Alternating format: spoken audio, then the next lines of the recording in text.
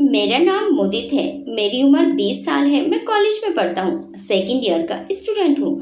मैं अपने माता पिता की इकलौती संतान हूँ। मेरे पापा का बहुत बड़ा बिजनेस है। रुपये पैसे की कोई कमी नहीं है। मैं अपनी इस छोटी सी फैमिली में बहुत खुश था। मुझे लगता था कि हमारी फैमिली दुनिया की सबसे बेस्ट फैमिली है और मेरे पापा दुनिया के सबसे बेस्ट पापा हैं। परंतु एक दिन अचानक मुझे मेरे पापा की ऐसी सच्चाई के बारे में पता चला जिसने मेरे होश उड़ा दिए।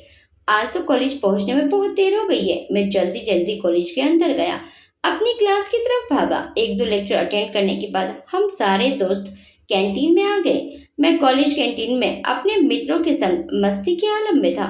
चलो मित्रों, सिनेमा देखने का बहुत मन कर रहा है, थोड़ा मॉल घूमते हैं, फिर फिल्म भी देख लेंगे, रोहन ने अपनी राय रखी। वैसे मेरा भी क्लास अटेंड करने का मन नहीं। अनिरुद्ध ने रोहन की बात का समर्थन किया। मुदित ने कुछ सोचा और फिर हामी भर दी। चलो मित्रों, लेकिन किधर चलने का इरादा है? तीनों मित्र कॉलेज से बाहर आए। ऑटो में बैठकर 3-4 मिनट में सिटी चौक मॉल पहुंच गए।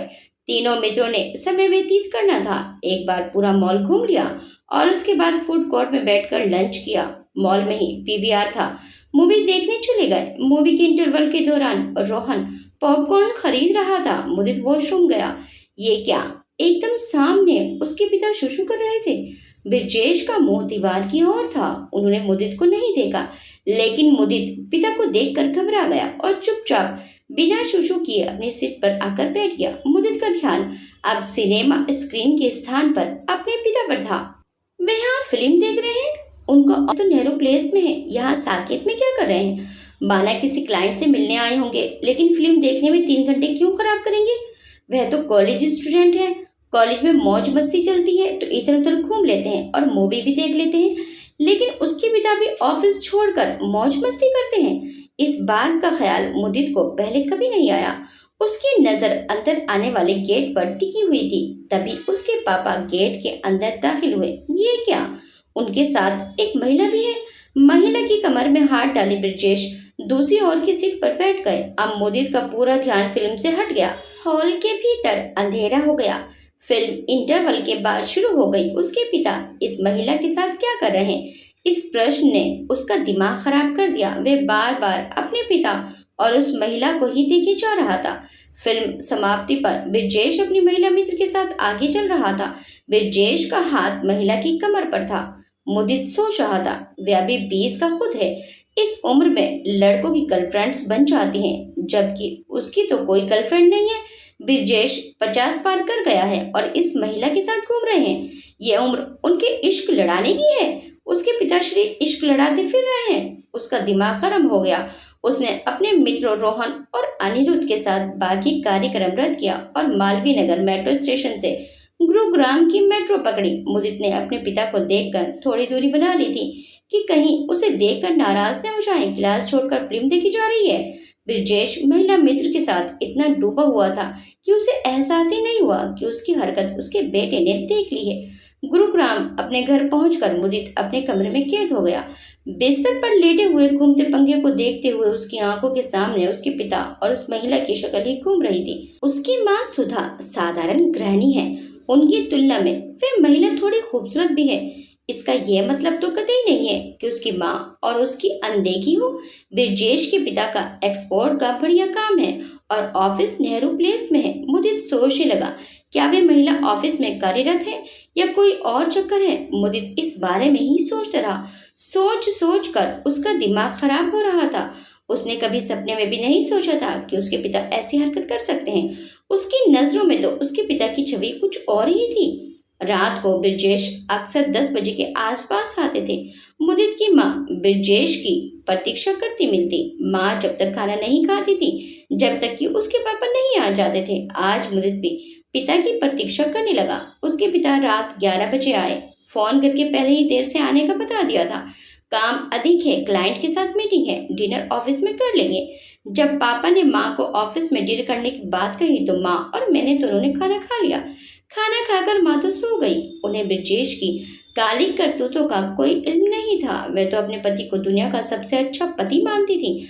अपने पति की सेवा करना ही उनके जीवन का एकमात्र लक्ष्य था। आज मुदित का कॉलेज क्लास छोड़ना एक करिश्मा ही रहा। उसकी मौज मस्ती ने पिता का दूसरा रूप दिखला दिया। मुदित की आंखों से नींद गायब थी। पिता के इंतजार में भी जागता रहा। वह ड्राइंग रूम में बैठा पिता के आने की प्रतीक्षा कर रहा था। घर की सारी लाइट्स बंद थी, बस एक छोटी लाइट जल रही थी। मोदित टीवी पर मूवी देख रहा था। टीवी की आवाज भी उसने बंद कर रखी थी। उसने तो बस टाइम पास करने के लिए टीवी ऑन कर रखा था, वरना मूवी देखने का उसका जरा भी मन नहीं था। तभी उसे अपने पिता के आने की आहट सुनाई पड़ी। ब्रजेश ने फ्लैट का मेन गेट अपनी चाबी से खोला। जैसे ही वे अंदर दाखिल हुए, मुदित को देखकर चौंके। पूछा, आज सोए नहीं? बस नींद नहीं आ रही थी, मुदित ने जवाब दिया। और कॉलेज कैसे चल रहा है? ब्रजेश ने फिर से सवाल किया। ठीक चल रहा है, मुदित अपने पिता की तरफ ध्यान से देखते हुए बोला। कॉलेज के बाद क्या सोचा है? आप बताइए पापा, एमबीए करूं या आपका ऑफिस ज्वाइन करूं? मुदित अपने पापा को गौर से देखते हुए अपने पापा के सवालों के जवाब दे रहा था। एमबीए जरूर करो, फिर तो मेरा ऑफिस तुम्हारा ही है। रात बहुत हो गई है, मैं भी थका हुआ हूँ। सुबह फिर ऑफिस जल्दी जाना है, एक कंसाइनमेंट कल ही भेजना है। गुड नाइट मुदित। ब्रजेश ने बात खत्म की और अपने कमरे में चले गए। मुदित ड्राइंग रूम में ही बुत बना बैठा रहा। ब्रजेश चले गए, पर मुदित यही सोच रहा था कि क्या उसके पिता सचमुच ऑफिस में व्यस्त थे या फिर उस महिला के साथ। मुदित को अपने पिता के चेहरे पर कोई अलग भाव नजर नहीं आए थे। वे तो हर रोज की तरह ही लग रहे थे। उन्हें जरा भी पता नहीं हुआ कि आज उन्हें मुदित ने मॉल में उस महिला के साथ मूवी देखते देख लिया है। मुदित के मन में हलचल शुरू हो गई। अगले दिन मुदित कॉलेज में क्लास अटेंड करके नेहरू प्लेस पहुंच गया। दोपहर का 1 बज रहा था। सबसे पहले बिल्डिंग की पार्किंग में गया। बिल्डिंग की पार्किंग में उसे पिता की न तो होंडा सिटी कार नजर आई और न ही ऑडी। तीसरी कार मारुति डिजायर तो मम्मी के लिए घर पर रहती है।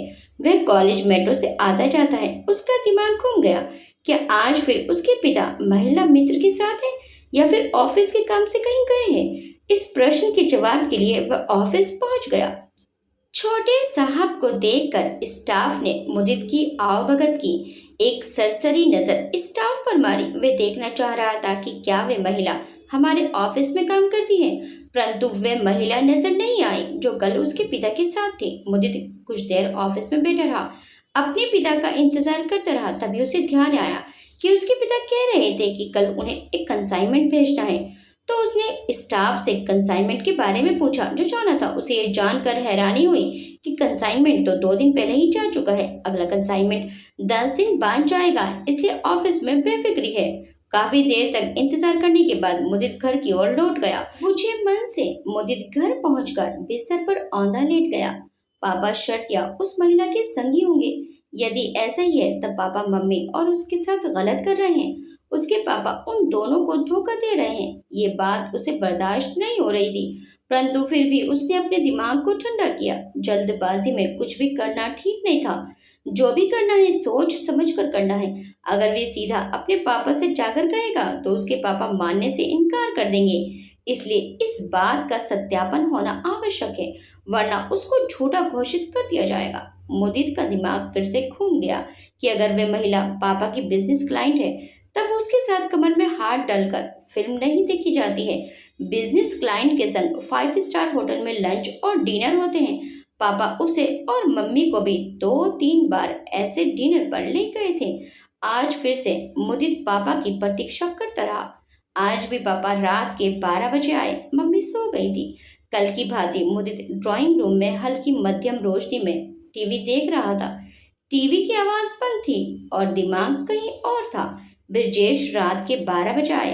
अपनी चाबी से फ्लैट का मेन गेट खोला। मुदित को बैठा देख ठिठके और पूछा, क्या बात है?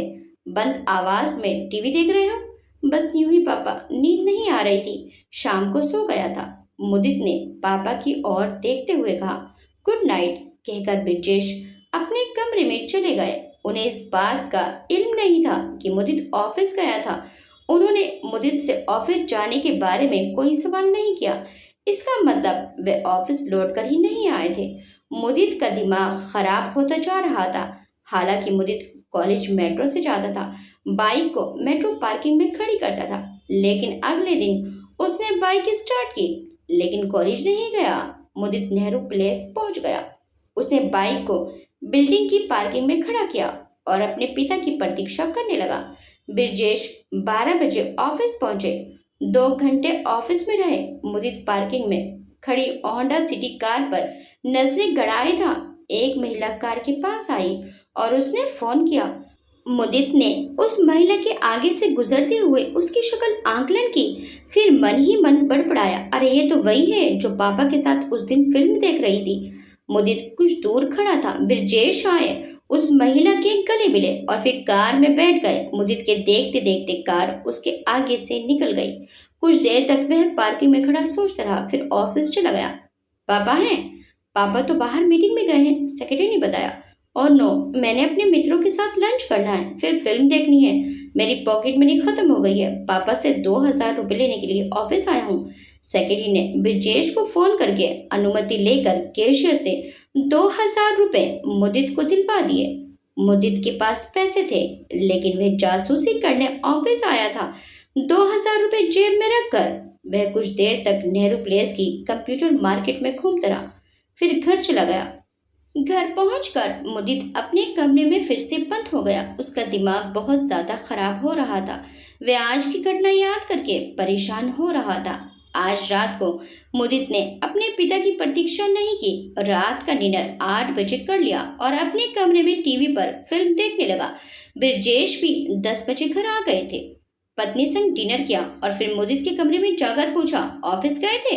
वे क्या है पापा, फ्रेंड्स के साथ फिल्म देखनी थी और लंच भी करना था। मुदित ने अपने पापा को गौर से देखते हुए जवाब दिया, प्रोग्राम था तो मम्मी से सुबह रुपए ले लेते। ब्रजेश ने हैरान होकर कहा, बस अचानक प्रोग्राम बना। मुदित ने कहा, गुड नाइट कहकर वे अपने कमरे में चले गए। ब्रजेश को अभी भी कोई खटका नहीं लगा। अपने पापा के जाने के बाद मुदित मोबाइल निकाल कर देखने लगा। मुदित ने उस महिला का फोटो पार्किंग में दूर से खींचा था। वह फोटो देख रहा था। दूरी के कारण फोटो स्पष्ट सा था। वह मनी मन सोचने लगा, जहां लड़के को गर्लफ्रेंड के साथ घूमना चाहिए वहां पिताश्री घूम रहे हैं। मुदित ने भी ठान लिया था फसाद की जड़ तक पहुंचकर ही सांस लेगा। मुदित ने कॉलेज जाना छोड़ दिया। अपने मित्रों को बोल दिया कि कुछ दिनों के लिए परिवार के साथ बाहर जा रहा है। अब मुदित बाइक लेकर पार्किंग में खड़ा हो जाता। वह महिला दोपहर को आती और ब्रजेश के साथ कार में चली जाती। मुदित ने मोबाइल से उनके फोटो खींच लिए। मुदित ने उनका पीछा करके उनकी क्रियाकलापों को सप्ताह तक देखा। एक दिन वे महिला नहीं आई। ब्रजेश कार से कालकाजी एक फ्लैट में गए और शाम को बाहर आए। ब्रजेश के जाने के बाद मुदित ने उस फ्लैट की डोर बेल बजाई। 2-3 बार डोर बेल बजाने के बाद फ्लैट का गेट खुला। उस महिला ने गेट खोला। उसके वस्त्र अस्त व्यस्त थे। तुम कौन? उस महिला ने मुदित से पूछा। यह प्रश्न मैं पूछता हूँ, मुदित ने जवाब दिया। मुदित का जवाब सुनकर उस महिला ने दरवाजा बंद करने की कोशिश की तो मुदित फुर्ती से फ्लैट के अंदर आ गया। तुम्हारी हिम्मत कैसे हुई अंदर आने की? वह महिला बिगड़ गई। मुदित ने उस महिला की बात का जवाब ना देते हुए फ्लैट का गेट बंद कर दिया। अब मुदित ने उस महिला से कुछ समय कहा, ध्यान से सुनो, ब्रजेश से मिलना बंद कर दो, फौरन निकल जाओ। तुम कौन हो? महिला ने घबराते हुए कहा और वे मुदित का हाथ पकड़कर फ्लैट का गेट खोलने लगी। ब्रजेश मेरे पिताश्री हैं, इसलिए कह रहा हूँ, मैं तुम्हारे इरादे पूरे नहीं होने दूंगा। सारे संबंध तोड़ दो, वरना वैसे भी टूटे समझो, आज नहीं तो कल टूटे ही समझो। हमारे पिताश्री जो काम चोरी छिपे कर रहे हैं, मैं शर्त लगाकर कहता हूँ कल से मिलना छोड़ देंगे। मुदित उस महिला को गुस्से में बोले जा रहा था। उसे कोई परवाह नहीं थी कि वह महिला क्या सोचती है। महिला को कहकर उसने फ्लैट का गेट खोला और तनतनाता सीढ़ियां उतर गया। वह महिला मुदित को देखती रह गई। महिला को इतना कुछ कहकर मुदित घर आ गया था। उसके मन में एक हलचल सी मची हुई थी। जो भी हो, अब वह ये सब कुछ बर्दाश्त नहीं करेगा। घर आकर वे इधर से उधर बेचैनी में टहलता रहा। आज ब्रजेश शाम के 7 बजे ही घर पहुंच गए। इस समय पिता को घर पर देखकर मुदित को हैरानी हुई। उसके पिता कभी भी इस समय घर पर नहीं आते थे। उस महिला ने ब्रजेश को फोन पर सब कुछ बता दिया था। ब्रजेश ने मुदित को तोलना चाहा। आजकल कॉलेज नहीं जा रहे हो? क्या बात है, रोज जाता हूँ, मुदित ने जवाब दिया। लगता नहीं है, आजकल बड़ी फिल्में देखी जा रही हैं, ऑफिस भी गए थे। ब्रजेश ने मुदित को संशय भरी नजरों से देखकर कहा, वह क्या है, आजकल 2 प्रोफेसर छुट्टी पर हैं, इस कारण कुछ फिल्म देखने चले जाते हैं। इस चक्कर में पॉकेट मनी जल्दी खत्म हो गई तो आपसे पैसे लेने आया था। फ्रेंड्स को पार्टी देनी थी, मुदित ने बात को घुमाकर कहा। फिल्म और पार्टी में थोड़ा ध्यान कम करो, पढ़ाई में ध्यान लगाओ। अभी ब्रजेश मुदित से कह ही रहा था कि मुदित ने इस महिला के साथ उनके फोटो ब्रजेश को व्हाट्सएप कर दिए। पापा आप इसे छोड़ दो, मैं पीछा करना छोड़ दूंगा। मुदित की माँ पिता पुत्र के झगड़े को संभालने में विफल थी। वे बस दोनों पिता और बेटे की बातें सुन रही थी। उन्होंने इन दोनों के बीच में एक शब्द भी नहीं बोला। व्हाट्सएप पर फोटो देखते ही ब्रजेश स्तब्ध हो गया। अपने हाव भाव को उसने काबू करते हुए कहा, मैं सोचता हूँ तुम्हारी ट्रेनिंग अभी से स्टार्ट कर दूँ। आखिर मेरा व्यापार तुम्हें ही संभालना है। ऑफिस पैसे मांगने नहीं, काम सीखने आया करो। कॉलेज की क्लास अटेंड करने के बाद आ सकता हूँ। मुदित ने अपने पापा को गौर से देखते हुए कहा, कल से आना शुरू करो। ब्रजेश ने भी बोझल हो गए वातावरण को हल्का करने के लिए जवाब दिया, जी पापा जी, कहकर मुदित खाना खाने लगा। खाना खाकर वे अपने कमरे में चला गया। कमरे में जाते ही मुदित ने अपने पापा के पास एक और व्हाट्सएप भेजा, मैं उम्मीद करता हूँ अब से आप मम्मी के साथ रहेंगे, उस महिला को छोड़ देंगे, साथ में अन्नी के साथ भी ऐसा किसी प्रकार का संबंध नहीं रखेंगे। आपको पक्के वाला वादा करना होगा। मेरा वादा है, ब्रजेश ने उत्तर भेजा। आज मुदित को काफी समय बाद सुकून मिला था। उसने अपनी माँ को कुछ भी पता चलाए बिना ही अपने पापा को सही रास्ते पर लाने की कोशिश की थी और उसकी कोशिश काफी हद तक सफल हो गई थी। आज वे चैन की नींद सोया। अगले दिन सुबह जल्दी उठकर वे जल्दी तैयार होकर पहले कॉलेज गया। कॉलेज से आने के बाद वे सीधा पापा के ऑफिस में गया। ऑफिस जाकर देखा तो उसके पापा ऑफिस में ही थे। मुदित अपने पापा के साथ ऑफिस में ही रहा और शाम को अपने पापा के साथ ही घर आया। अब उसके पापा रोजाना घर जल्दी आने लगे थे। आपको क्या लगता है, क्या मुदित ने ठीक किया? हमें कमेंट करके जरूर बताइएगा। आपको ये कहानी कैसे लगी ये भी कमेंट करके जरूर बताइएगा। वीडियो अच्छी लगी तो वीडियो को लाइक शेयर सब्सक्राइब करना मत भूलिएगा। मिलते हैं नेक्स्ट टाइम एक अच्छी सी कहानी के साथ। Till then bye bye.